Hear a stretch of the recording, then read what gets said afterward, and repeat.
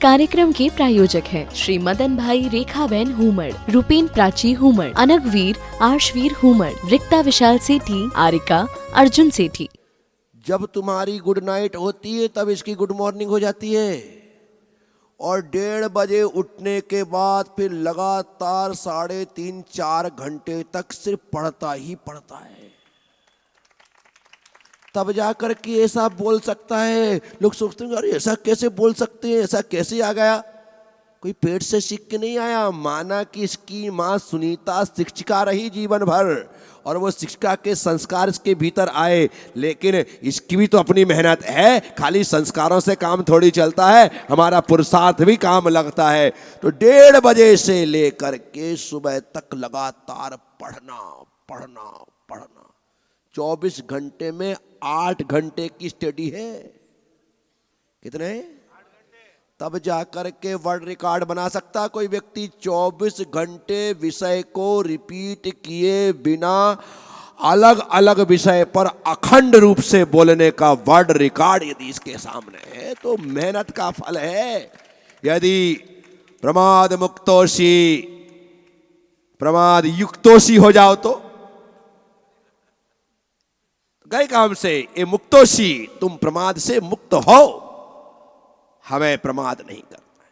अच्छे काम के लिए कभी प्रमाद मत करिए, और बुरे काम के लिए कभी उत्साह मत दिखाइए। बुरे काम की बात हो तो प्रमादी हो जाना, बीमार हो जाना, उठने बैठने की हिम्मत ना हो ऐसे हो जाना, खर्राटे लेने लग जाना, बुरे काम से बचने के लिए। और अच्छे काम की बात आए तो भयंकर नींद आ रही हो, यूं झूम भी रहे हो, तो भी मुंह में 4 पानी के छींटे मार करके कि चल क्या करना है बोलो। अच्छे काम के लिए हमें निष्प्रमादी होना चाहिए, और बुरे काम के लिए हमेशा प्रमादी। तो भगवान कुंद कुंद की मां कहती है मुक्त प्रमादोषी, प्रमाद मुक्तोषी। तो प्रमाद से मुक्त हो। सुनिर्मलोषी, तुम निर्मल हो, अर्थात कर्मल से रहित हो। अनंत बोधादि चतुष्टयोषी, अनंत ज्ञान दर्शन वीर सुख रूप अनंत चतुष्टय से युक्त हो। वो 2 महीने 4 महीने का बच्चा, उससे कहा जा रहा है तू अनंत चतुष्टय से युक्त हो। वाह, ब्रह्माशी, तुम ब्रह्म हो। धन्य मां मदालसा, अपने बच्चे की आत्म शक्ति को जानकर आपने उसे पहले समय में ही ऐसा उत्तम पाठ पढ़ा दिया। रक्ष स्वचितात्म रूपम, इसलिए हे बेटे अपने शुद्ध आत्मा की रक्षा कर। क्या कहा? अपनी शुद्ध आत्मा की रक्षा कर। ये तेरी मां का वाक्य है, इसे तू धारण कर। धन्य वो कुंद कुंद स्वामी जिन्होंने बचपन में अपनी मां के उपदेश को सुना, लोरी के माध्यम से सुना, और मां की आज्ञा को हृदय में धारण करते हुए 11 साल की उम्र में दिगंबर मुनि बन करके पिछी कमंडल धारण कर लिए। ये मां के उपदेश का प्रभाव था। किसका? किसका? मां ने सम्यक उपदेश दिया तो 11 साल की उम्र में हाथ में पिच्छी आ गई। और तुम्हारी मां ने सही उपदेश नहीं दिया तो अभी पिच्छी नहीं आई। लेकिन तुम्हारी मां ने इतना तो अच्छा उपदेश दिया कि पिच्छी भले नहीं आई लेकिन पिच्छी वाले आ गए। क्या? जीवन में पिच्छी जब तक ना आए तब तक पिच्छी वाला ही आ जाए, तो भी आज नहीं तो कल पिच्छी आएगी, यह पक्का है। यह यहां इतने सारे लोग बैठे ना, किस किस के घर में किसी साधु की पुरानी पिच्छी है? हाथ उठाओ। पुरानी पिच्छी किस किस के घर में? उठाना है, हाथ उठा के रखना। बहुत अच्छा, अब हाथ नीचे कर लो। आज पुरानी पिच्छी लेने का भाव करना। आज पुरानी पिच्छी लेने का, आज पुरानी पिच्छी लेने का मैं सबसे कहता हूँ, हर दिगंबर परिवार में, हर दिगंबर जैन परिवार में साधु की एक पिच्छी होना ही, क्योंकि आपके घर में आते ही लोग यह जान जाएं कि यह परम मुनि भक्त है। क्या है? लड़की देखने कोई तुम्हारे घर में आए तो पूछना ना पड़े कि भैया ये साधु संतों को मानते या नहीं मानते, पिच्छी देख करके समझ में आ जाए ये तो अपना ही भाई है, मेरे घर में भी पिच्छी और इसके घर में भी ये दिगंबर मुनि का भक्त है। हर घर के सामने पिछी कमंडल का सिंबल बनना चाहिए। क्या बनना चाहिए? खाली जय जिनेंद्र लिखने से आप जैन तो समझ में आओगे, लेकिन दिगंबर जैन समझ में नहीं आओगे।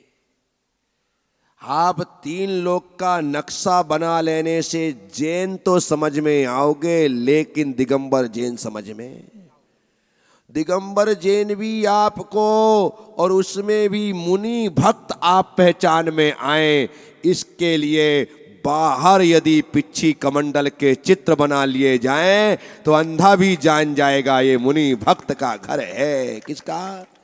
ये सिर्फ दिगंबर जैन मुनि परंपरा का ऐसा पेटेंट सिंबल है जिसे ना सोनगढ़ी स्वीकार कर सकते हैं, ना अन्य श्वेतांबर स्वीकार कर सकते। ये पेटेंट है हमारा। क्या है? किसी की हिम्मत नहीं इसे अपना चिन्ह बना सके। ये मुनि भक्तों का चिन्ह है, जिसके घर के आगे इसका चिन्ह है, समझ जाना वह दिगंबर जैन मुनि भक्त परिवार है। क्या है? मैं आप सबसे कहता हूं, अपने घर के सामने पत्थर में, तुम्हारे कोटा के चारों तरफ बहुत पत्थर के काम होते हैं, पत्थर में पिछी कमंडल बनवा करके अपने घर के सामने, जहां पर लोग द्वार पर गणेश जी की मूर्ति या फोटो लगा लेते हैं, वहां पर पिछी कमंडल लगवा देना। मैं गारंटी देता हूं ये पिछी कमंडल तुम्हारे घर में किसी भी तरह की बुराई को प्रवेश नहीं करने देगी, आसुरी शक्तियों को प्रवेश नहीं करने देगी, नेगेटिविटी को सब प्रवेश नहीं करने देगी। आपका घर ऊर्जा से भरा रहेगा। क्या करना है? सिर्फ पिछी कमंडल। मेरी इच्छा है कि मैं मोर भी खबर भेज करके पिछी कमंडल की एक छोटी छोटी टाइल्स बनवा दूं और सब लोगों को शाम को आनंद यात्रा की इनाम में बांटा करूं कि लो भाई ले जा करके अपने द्वार पर इसे। कोई उसमें महाराज जी की फोटो नहीं होना चाहिए, लेकिन क्या कोई सिर्फ पिछी कमंडल। क्या होना चाहिए? पिछी कमंडल होना चाहिए, इसके अलावा और कुछ भी नहीं। और नीचे सूत्र लिखा रहे तो सूत्र इतना ही हो, निपिच्छे नत्थि निब्बाड़म। क्या हो लिखा हो? निपिच्छे, बोलो, निपिच्छे नत्थि निब्बाड़म, बिना पिच्छी के निर्वाण। ये सूत्र लिखा रहे और हर घर के सामने पत्थर में, टाइल्स में, चित्र में, स्टिकर्स में, किसी भी तरीके से वह लगा रहे। हमारी 4 व्हीलर गाड़ी खड़ी हो तो कितना वो डेकोरेट करने वाला व्यक्ति अपना नाम स्पेशल रूप से लिख देता है। क्या छोटे छोटे ऐसे शानदार स्टिकर नहीं बन सकते कि जो हमारी गाड़ी के पीछे कांच में कोने पर लगे रहे? आप पॉल्यूशन से मुक्त वाला स्टिकर लगाते हो? बोलो हाँ। ना जाने कौन, बोलो ना हाँ ना। तो एक ऐसा स्टिकर लगा दो जिसमें गाड़ी मुनि भक्त की नजर आए और गाड़ी की रक्षा सुरक्षा भी होती रहे। साथियों, हिंदुओं में कहते हैं कि गाड़ी के एक्सीडेंट को बचाने के लिए हनुमान जी की मूर्ति लगा लो। क्या लगा लो? हनुमान जी बचा लेंगे, क्योंकि उनके पास गदा है उनके पास। पर इससे अच्छी गदा किसी के पास नहीं है। ऐसी गदा है ये, क्या? ऐसी गदा है एक, मैं जिसके माथे पे लगाता हूं वो गदगद हो जाता है। कैसा हो जाता है? ऐसी गदा है कि जिसके माथे पे लगाता हूं वो गदगद। अब माथे पे लगाने से गदगद हो जाता है तो घर के बाहर लगाने से पूरा परिवार 24 घंटे गदगद रहेगा, सब प्रकार की व्याधियों से मुक्त रहेगा, गाड़ियां सरपटे दौड़ेंगी। इसलिए इस प्रक्रिया को हमें अंजाम देना है। क्या करना है मनोज? ऐसे छोटे छोटे शानदार वाले प्लास्टिक की स्टिकर बनवाना ताकि पीछे कमंडल दिखाई दे। समझ में आया? और जितनी गाड़ियां हैं, जैसे तुमने वृक्ष वाले लगवाए ना, तो ये वाले भी लगवाना। समझ में आया? बोलो प्रज्ञा सागर जी महाराज की। हाँ, क्या मैं जय बोलने लायक नहीं हूं क्या? अरे उस लायक हो इसलिए तुम बोलते हो, ना लायक होता तो कौन बोलते? उस लायक हो। जब तुम मेरी बोल सकते हो तो मैं क्यों नहीं बोल सकता? कई बार लोग मेरे पांव छूते तो मैं भी कई बार छू करके देखता हूँ, यार बाकी भी क्या है के चरण राज में, मैं भी लगा के देखता हूँ। नहीं मजाक नहीं, कई बार सीरियसली मैं भी देखता हूँ, यार ये लोग ऐसे रगड़ रगड़ के माथे पे लगा रहे हैं। प्रज्ञा सागर एक बार तू भी लगा के देख, क्या मजा आता है। बहुत मजा आता है सही में। ये तो कलेजा वाला आदमी लगा सकता है, सबके बस का नहीं है। सबके बस का नहीं है। ये ऐसे करके लगाने की हिम्मत भी ना कोई दीक्षा लेते नहीं आ गई थी मेरे में। लंबा टाइम निकल गया, 20-25 साल यूं निकाल दिए, तब तक हिम्मत नहीं थी। लेकिन आज मैं इतने गारंटी से कह सकता हूं कि यदि तुम मेरे चरण माथे पे लगाते हो तो प्रज्ञा सागर को भी पता है कि ये माथे पे मैं भी लगा सकता हूं। मैंने अपने आचरण को इतना सुव्यवस्थित बना रखा है, इतना श्रेष्ठ कर रखा है। टाइम लगा है, पहले आज बहुत फर्क पड़े। जिंदगी में समय समय की बात होती है, बच्चा चलता है, गिरता है, पड़ता है, उठता है, लेकिन अब गिरने पड़ने की बात नहीं, अब तो सिर्फ सर पर दौड़ने की बात है, जो मैं दौड़ रहा हूं उस मार्ग पर, उस रास्ते पर। इसलिए हम मुझे लगता है कि हाँ बेटा ऐसा रगड़ के तू लगाया कर, ऐसे कर। लगा लेता हूं, कभी कभी मन आता है खुद को पीछे भी लगा लेता हूं। आप मजाक समझते हैं, मैं बिल्कुल सीरियसली बोल रहा हूँ। मैं हर चीज का एंजॉय करता हूँ, हर चीज का आनंद लेता हूँ कि जब तुमको आनंद मिल सकता है तो मुझे क्यों नहीं मिल सकता है? मैं वो भी ले लेता हूं। इसलिए मैं कई बार बोलता हूँ, बोलो प्रज्ञा सागर महाराज की। लोगों लगता है अपने आप की जय बोल दी। हाँ, अपने आप की जो जय बोल सकता है उसी को दूसरे से जय बुलवाने का अधिकार है, अन्यथा है ही नहीं। रामकृष्ण परमहंस जो भी उनके पास जाते थे ना, जो भी पास में जाते थे पैर छूने के लिए, पीछे हट जाते थे, 4 कदम पीछे हो जाते थे, पैर नहीं छूने देते थे। तो कहते गुरुजी मैं आपके चरण छूने आया हूं। बोले नहीं, अभी मत छू, पहले मेरे आश्रम में जो हजारों मेरे शिष्य हैं, भक्त हैं, उनसे मिल ले, उनसे जान ले कि चरण छूने जैसे कि नहीं है। यदि सबसे तुझे सही खबर मिल जाए कि हाँ छूने जैसे, तब आना। आज तू छू ले और कहीं तुझे कुछ बोल दे और तू बाहर निकल जाए तो, क्योंकि इन चरणों को छूने के बाद फिर उठने का अवसर नहीं मिलता है, वो लगातार उसे छूता रहता है।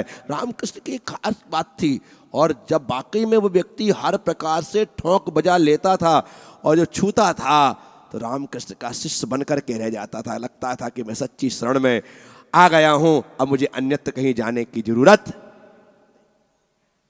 साथियों,